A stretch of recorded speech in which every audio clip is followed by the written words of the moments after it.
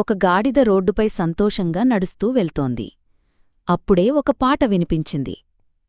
చూసేసరికి ఒక పచ్చని గడ్డిపిట్ట కాకి ఆకుపై కూర్చుని పాట పాడుతోంది. గాడిద ఆశ్చర్యపడి చెప్పింది, "నీ పాట చాలా బాగుంది." గడ్డిపిట్ట కాకి నవ్వి చెప్పింది, "నువ్విక ఆకులు తినకు. ఉదయం గడ్డిమీద ఉండే మంచు చుక్కలు తాగితే చాలుతుంది." గాడిద అమాయకం.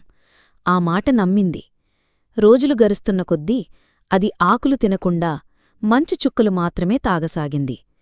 కొంతకాలం తర్వాత గాడిద బలహీనమైపోయింది.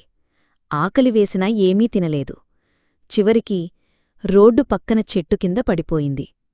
గడ్డిపిట్టకాకి మాత్రం పక్కనే కూర్చొని మళ్లీ పాట పాడుతోంది. ఈ కథ చెప్తున్నది ఎవరైనా చెప్పిన మాట వెంటనే నమ్మకూడదు. మనం ఆలోచించి నిర్ణయం తీసుకోవాలి. మరిన్ని కథల కోసం నా ఛానల్ సబ్స్క్రైబ్ చేయండి.